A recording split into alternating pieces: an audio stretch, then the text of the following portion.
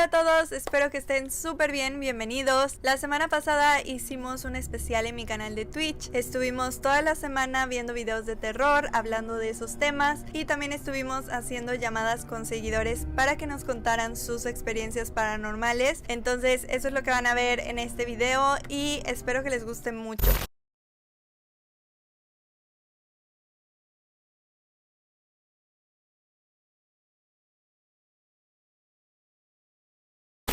Sin miedo, Ernesto, aquí andamos. ¿Cómo estás? Hola, ¿qué Hola. tal? Bien, ¿y tú? Cuéntanos, Ernesto. Hasta hace poco tiempo estuve estudiando en otro país, digamos que viví ahí como 7 años más o menos. Durante 3 años de esa estancia viví con mi expareja, que ella es una enfermera española. En ese país, digamos que se contrata como a muchas enfermeras de otros países, digamos que el idioma es bien complicado. Entonces, a todos los que íbamos de otros países nos costaba mucho aprender el idioma.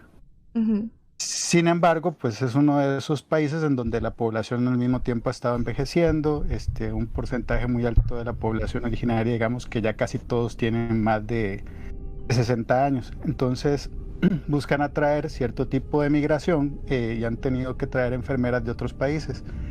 Y las enfermeras españolas, digamos que están muy preparadas y dentro del sistema de salud español tienen un papel más protagónico, pero en este país son casi que asistentes, digamos. Entonces a ella la reclutaron en una empresa como enfermera, pero en realidad pues como que las hacían trabajar más como cuidadoras de personas ancianas o moribundas. Ok. Y cuando llevábamos poco tiempo de vivir juntos, ella trabajaba en eso. A veces la mandaban a otras ciudades. Digamos que sí era un trabajo como bien cansado, ¿verdad? Y no sé, como que muy rápido fui viendo que se iba amargando muchísimo, ¿verdad? Digo, estaba sobrecalificada para lo que le tocaba hacer. Ujú. Y pues a veces eran labores también casi como de empleada doméstica. Entonces, ella me contaba sobre muchos de sus pacientes.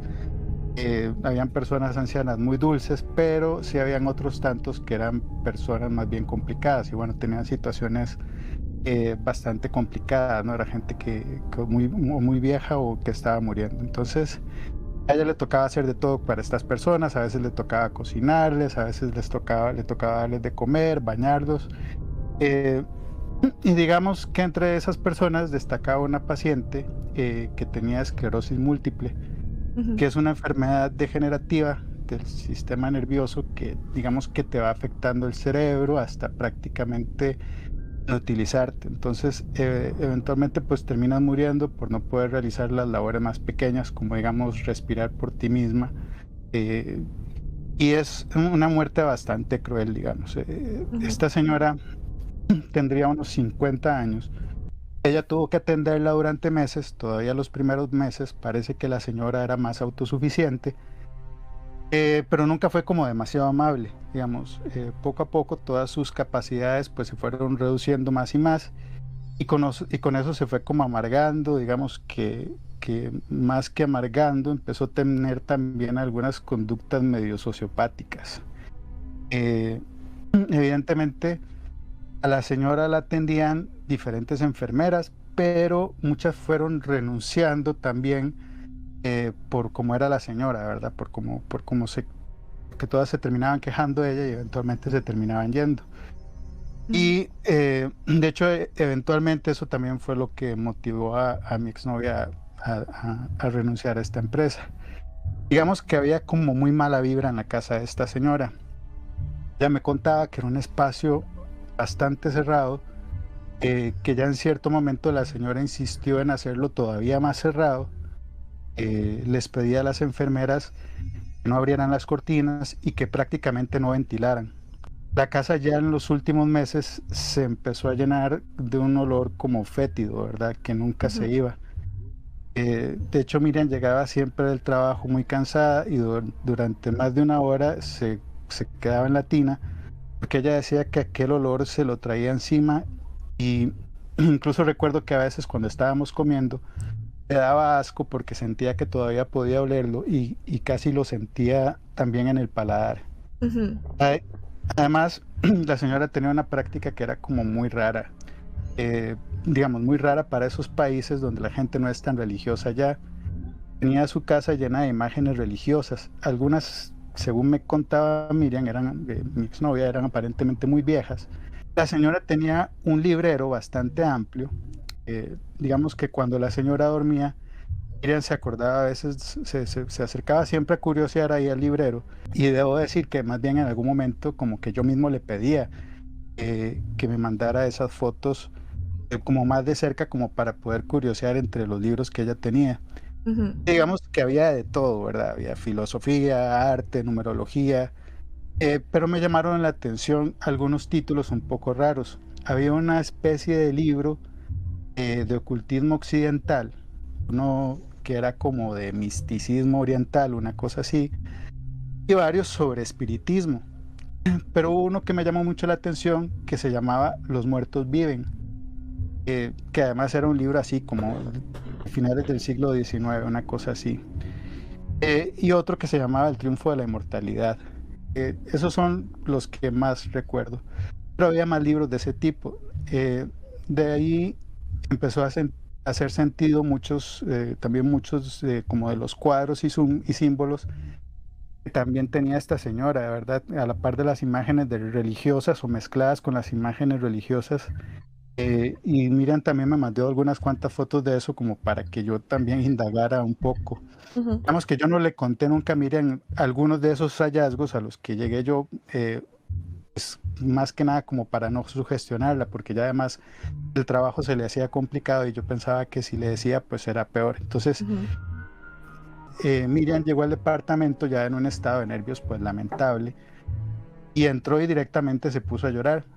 Eh, ya ahí directamente me contó que estaba con un sentimiento así como miedo, asco, pero al mismo tiempo estaba como muy enojada, ¿verdad?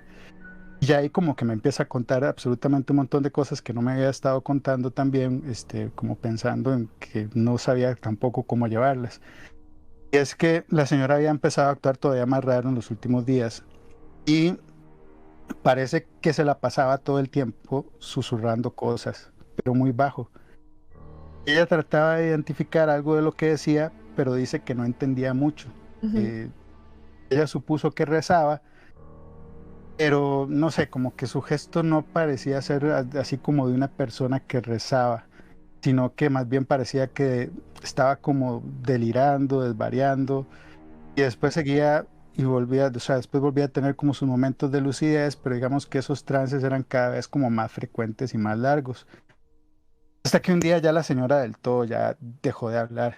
Y entonces, bueno, se lo dijeron a su doctor y el doctor llegó, la vio, eh, pero bueno, tampoco le habló a él.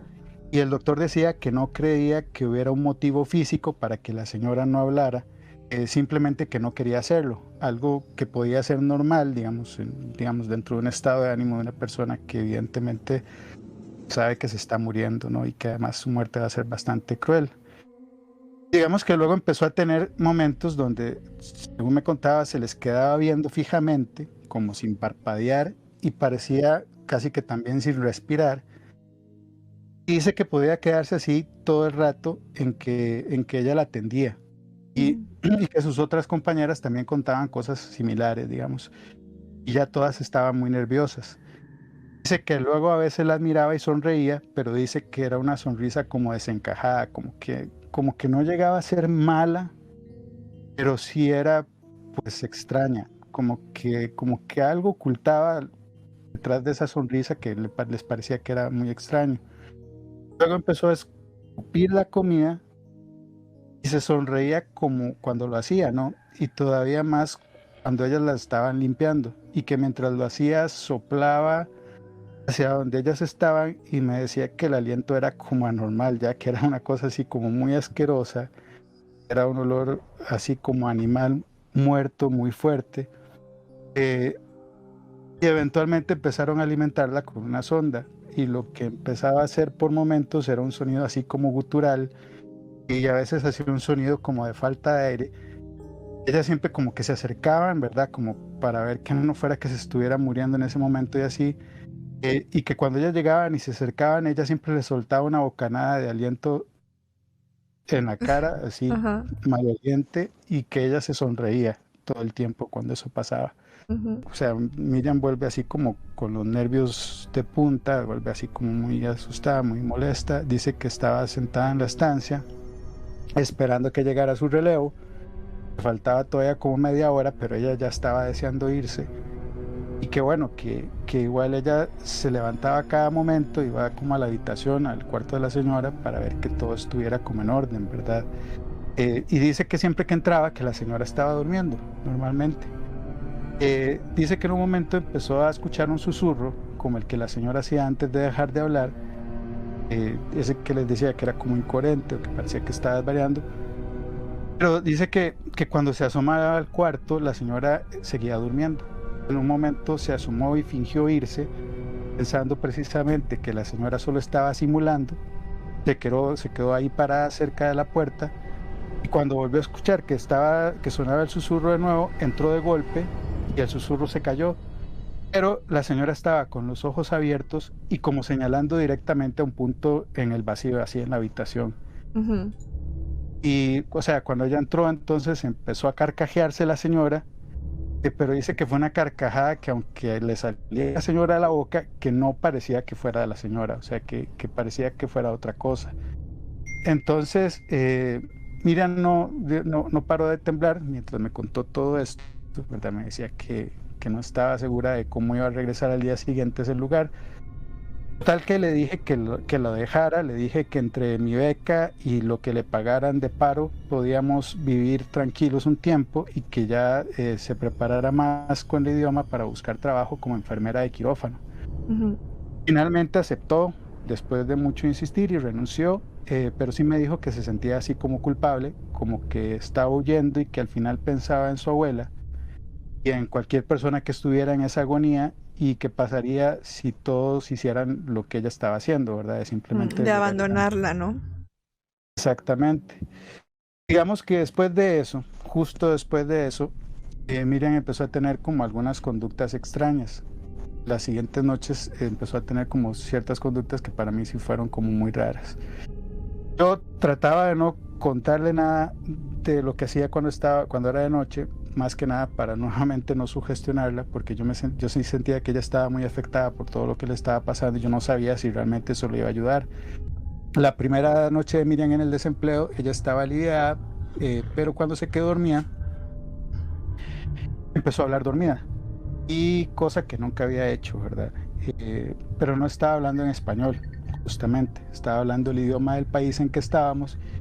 Y digamos que con muy buena pronunciación, y eso era como extraño. Ujú. Y parecía estar recitando un poema. No parecía algo religioso, pero al día siguiente Miriam volvió a recitar mientras estaba dormida. Solo que, bueno, ahí yo sí estaba dormido y más bien me despertó. Y cuando abrí los ojos, la vi sentada en la orilla de la cama. Yo la llamé no muy fuerte, pero sentí que justo no estaba despierta y, digamos, efectivamente no me contestó. Entonces, digamos, yo le di la vuelta a la cama, así como sigilosamente, y ahí estaba como con la mirada perdida, solo susurrando el que me pareció que era como el mismo poema que había estado recitando la noche anterior, ¿verdad? Algo de las estaciones y las flores. Me volví a acostar solo para vigilarla desde la cama, ¿verdad? Y tratando de evitar como despertarla por algo así como que fuera que estaba sonámbula o algo así. Al final se volvió a acostar y siguió durmiendo como si nada.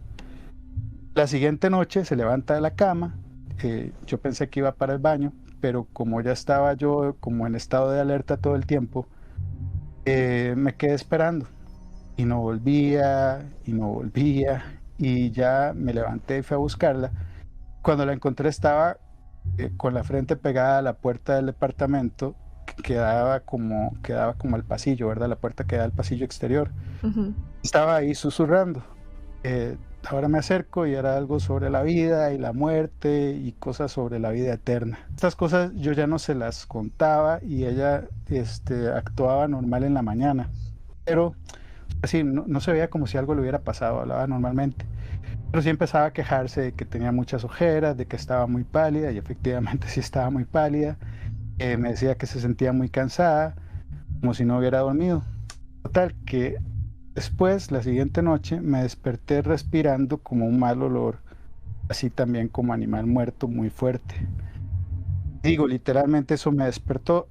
Yo abrí los ojos y Miriam estaba vuelta hacia mí, en la cama, con los ojos abiertos y con una sonrisa desencajada.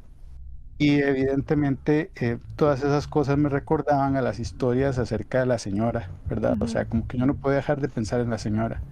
La siguiente noche, Miriam empezó a gemir mientras dormía, como si tuviera una pesadilla. Luego empieza a carcajearse así escandalosamente.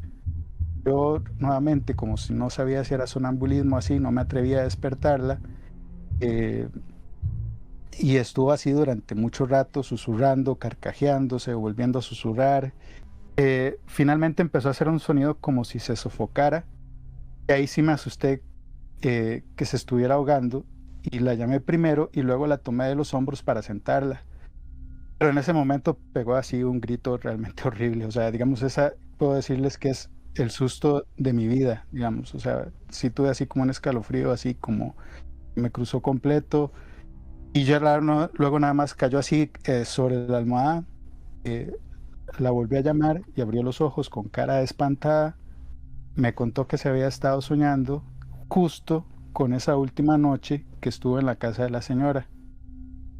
Pero que esta vez en su sueño, a donde la señora donde la señora señalaba hacia el vacío en el cuarto, la que estaba era ella. O más Mame. bien Ajá, perdón. alguien, sí, o más bien alguien idéntica a ella. Sí, sí, Digamos, a Miriam, digo, era como su sí. doppelganger, ¿no? Es su doble. Y que esta otra Miriam empezó a caminar así como lentamente hacia ella, y ya luego escuchó llamándola y dice que luego todo se puso oscuro y que ya se despertó. Al día siguiente la llama una de sus excompañeras de trabajo y le dice como que la señora justo había muerto precisamente esa noche.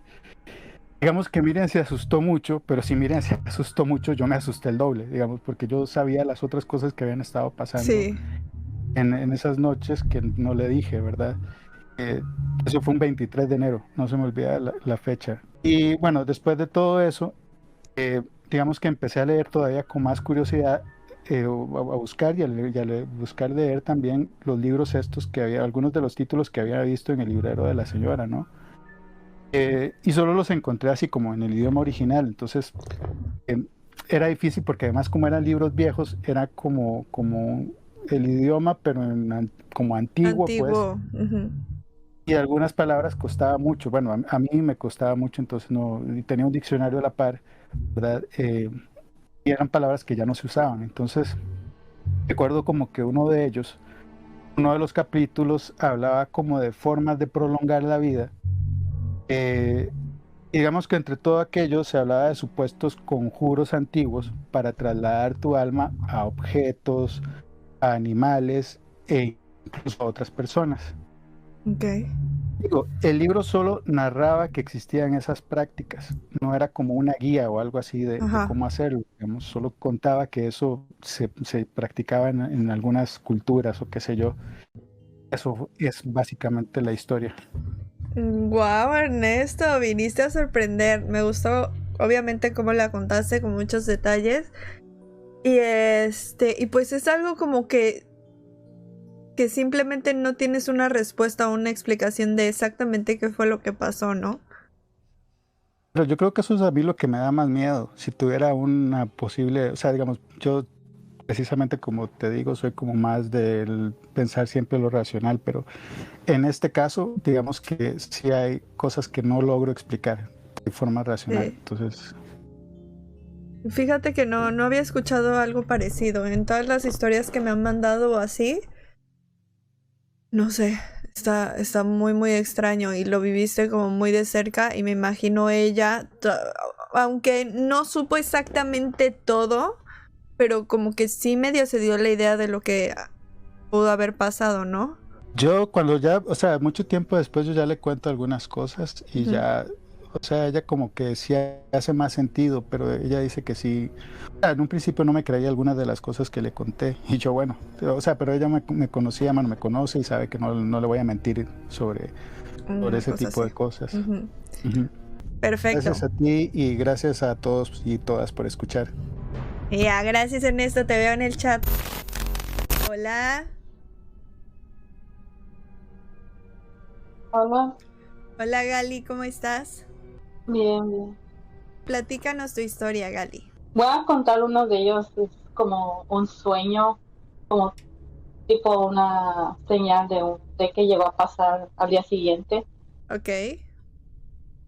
Um, lo voy a contar conforme me acuerdo porque ya tiene mucho que pasar. Sí. Llegué a soñar que ahora sí que me llegué a soñar a mí misma. Íbamos hacia la carretera, íbamos hacia un destino, pero la verdad no estaba segura de dónde. Iban con mi familia, pero había demasiado tráfico, como que nos quedábamos sin gasolina. A mí me mandaban de cierta manera, si vas por gasolina, tienes que llevar un tanque o algo así, Ujú. pero yo me iba con una maleta. Llegué a la gasolinera y llegué a llenar la maleta de gasolina, pero a la vez yo tenía miedo como que tenía esa sensación de miedo y no sabía ni de dónde yo vine, Ujú. dónde estaba ya el carro, dónde estaban mis papás y mis hermanos. En ese, nada más fue como una transición, como que de repente aparecí en un hotel y estaba escondida como si estuviera huyendo de algo. Pero yo seguía llevando la maleta con gasolina. Y de ahí nada más tenía esa sensación de miedo y de ahí desperté. Ok. Y tenía esas ganas de contárselo a alguien, si se lo conté a mi mamá en la mañana. O sea, le conté todo, detalles, y ya después de unas horas llegó a pasar en las noticias sobre, no sé si lo llegaron a ver, Ujú. pero llegó a pasar lo de Hidalgo, en Tlahuelilpan, de una fosa clandestina, no, oye, creo que se dice fosa Sí, clandestina, sí, sí, sí. y ve que llegó a explotar y mucha gente estuvo ahí y llegaron a quemarse y pues murió mucha gente también. Yo no recuerdo esa noticia. ¿Cómo en qué año fue? Fue como hace 3 o 4 años y no me... Y tú desde que viste la noticia como que dijiste, no, o sea, lo vinculaste con lo que tú habías soñado Sí, y le contaste a alguien. obviamente. Le conté a mi mamá.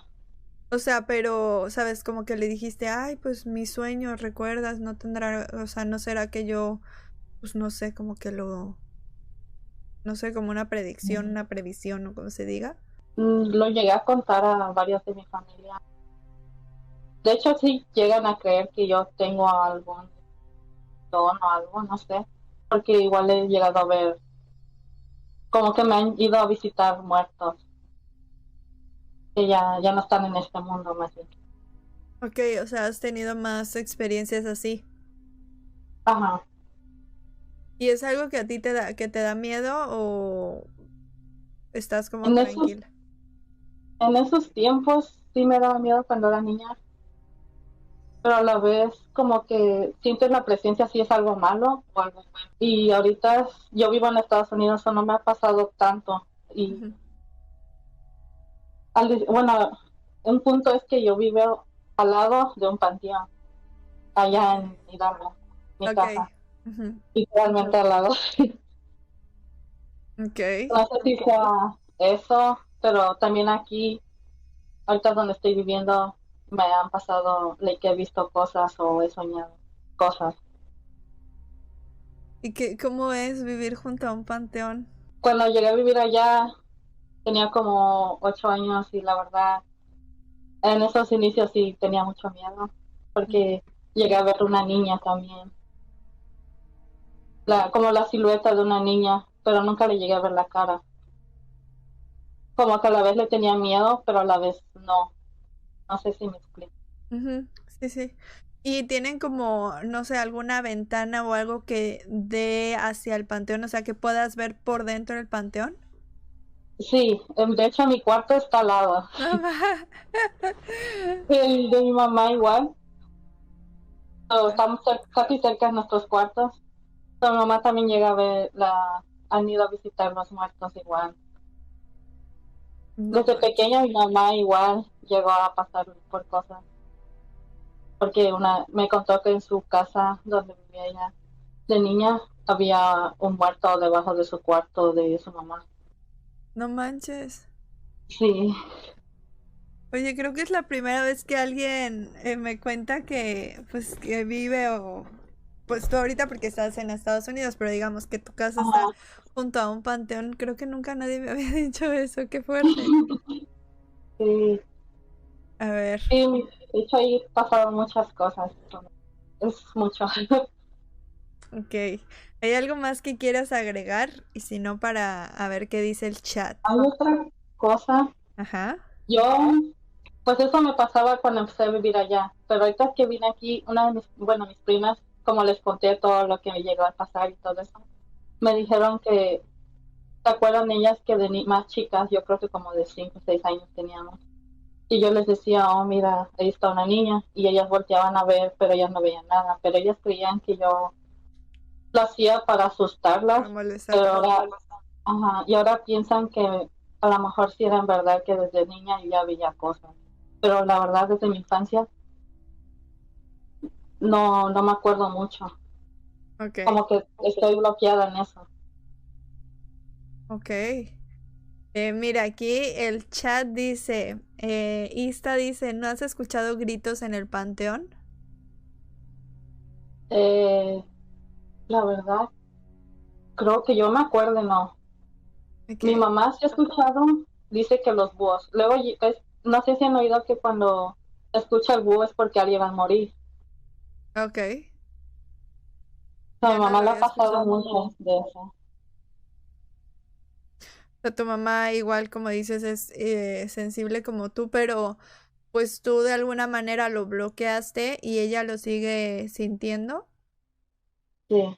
De hecho, mi abuelito que en paz descanse, a veces la llega a visitar, como a visitar en sus sueños, como diciéndole que la lleve una vela, ya que ella vive cerca, porque a veces su mamá pues no va mucho para allá. Y es Ok. cuando como que hablan con ella. Ujú, siguen en contacto, ¿no? De alguna manera. Dice Dani, ¿no sabes de casos de personas o en general de casos de brujería que hayan hecho en el panteón?